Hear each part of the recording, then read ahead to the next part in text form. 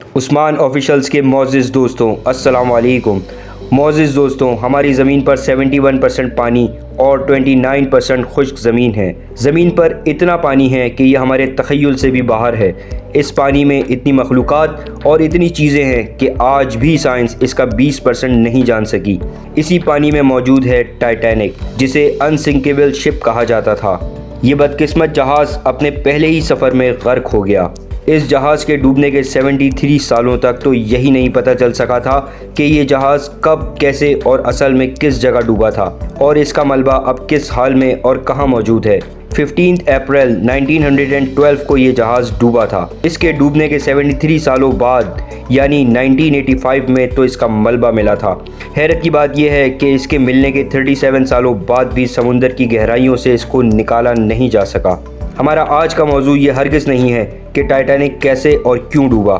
ये बात तो 1997 में रिलीज़ होने वाली मूवी टाइटैनिक से हमारे दिमाग में काफ़ी हद तक क्लियर है।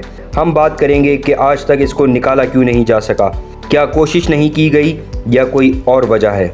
1912 में टाइटैनिक के डूबने के बाद इसको तलाश करने की हर हद तक कोशिश की गई। कई मिशन इसकी तलाश में किए गए, मगर किसी को कोई कामयाबी हासिल ना हो सकी। आखिरकार 1985 में एक आर्कियोलॉजिस्ट और एक अमेरिकन नेवी के ऑफिसर रॉबर्ट और बिल टाइटैनिक को तलाश करने निकल पड़े। इन्होंने तलाश किया कि टाइटैनिक कहाँ और अब किस हाल में है। टाइटैनिक की तलाश के बाद इसके बहुत से राजों से पर्दा उठा, जिसने पूरी दुनिया को हैरान कर दिया। टाइटैनिक समुंदर की 12,000 फीट गहराई से मिला, जो तकरीबन 4 किलोमीटर बनता है। टाइटैनिक की ऑफिशियल रिपोर्ट के मुताबिक ये जहाज़ डूबते वक्त सही सलामत था, मगर जैसे जैसे ये समुंदर की गहराई में गर्क होता गया, वैसे वैसे ये जहाज़ 2 हिस्सों में तकसीम हो गया। मगर ऐसा क्यों हुआ? टाइटैनिक द न्यू एविडेंस के मुताबिक टाइटैनिक के डूबने की वजह सिर्फ आइसबर्ग से टकराव नहीं था। टाइटैनिक में आग लगने की वजह से ये डूबा था। रिसर्चर्स को जब इस जहाज़ का मलबा मिला तो हैरानकुन तौर पर इसमें मौजूद ज़्यादातर चीज़ें वैसी की वैसे ही थीं। इस जहाज़ को बाहर निकालने की बहुत कोशिश की गई, मगर ये बात सब समझ गए थे कि इसको बाहर निकाल पाना नामुमकिन है। मौजूदा दौर की एडवांस टेक्नोलॉजी से भी टाइटैनिक को निकाला नहीं जा सका। आम तौर पर समुंदर की गहराई में डूबे जहाज़ को जैसे निकाला जाता है, टाइटैनिक को वैसे निकालना नामुमकिन है। इसकी पहली वजह तो यह है कि टाइटैनिक डूबते वक्त 2 हिस्सों में तकसीम हो गया था। हाईटेक सबमरीन और पावरफुल मैग्नेटिक सिस्टम से शायद ये काम मुमकिन हो पाता, मगर इस काम में सबसे बड़ी दुश्वारी है टाइटैनिक का वज़न, जो तकरीबन 1,43,000 टन है। इसके बाद आता है पानी का प्रेशर, जो इसके वज़न को कई गुना बढ़ा देता है।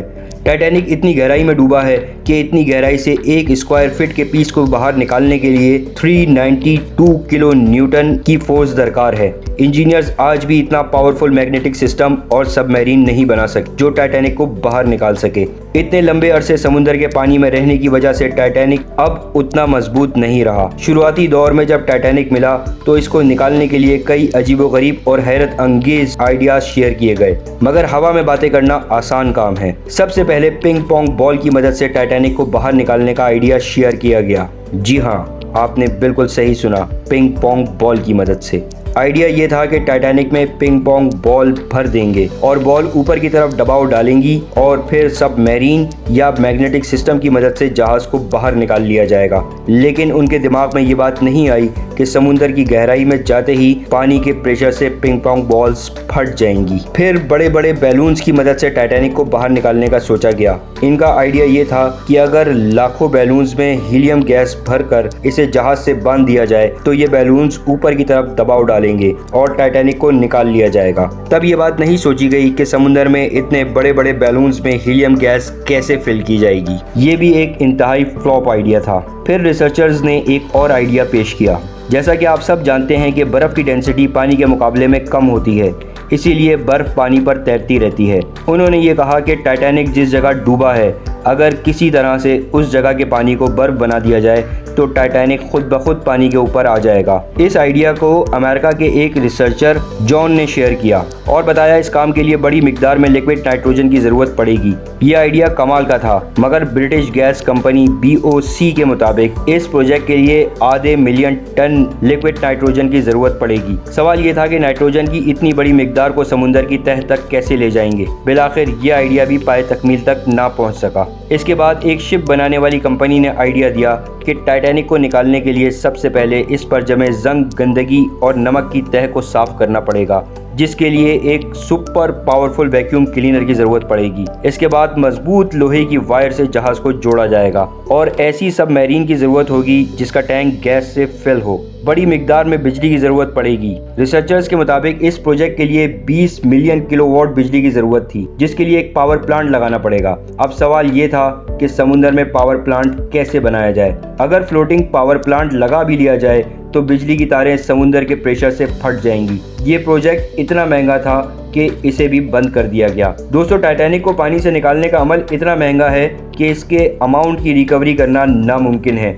अगर कोई कंपनी इसे निकाल कर म्यूजियम में रख भी दे तो इसके पैसे रिकवर होते होते कई सदियां निकल जाएंगी। इसलिए टाइटैनिक को निकालने का अब कोई नहीं सोचता। कोई भी कंपनी इतना बड़ा रिस्क लेने को तैयार नहीं है। साइंटिस्ट के मुताबिक बैक्टीरिया और खारे पानी ने टाइटैनिक को खस्ता कर दिया है और ये कई बड़ी बड़ी मछलियों का मस्कन है। इसलिए यूनेस्को ने 2001 में टाइटैनिक को under water cultural heritage protected site declare कर दिया है। दोस्तों, हमारी वीडियो अच्छी लगी हो तो वीडियो को लाइक, शेयर और सब्सक्राइब ज़रूर करें।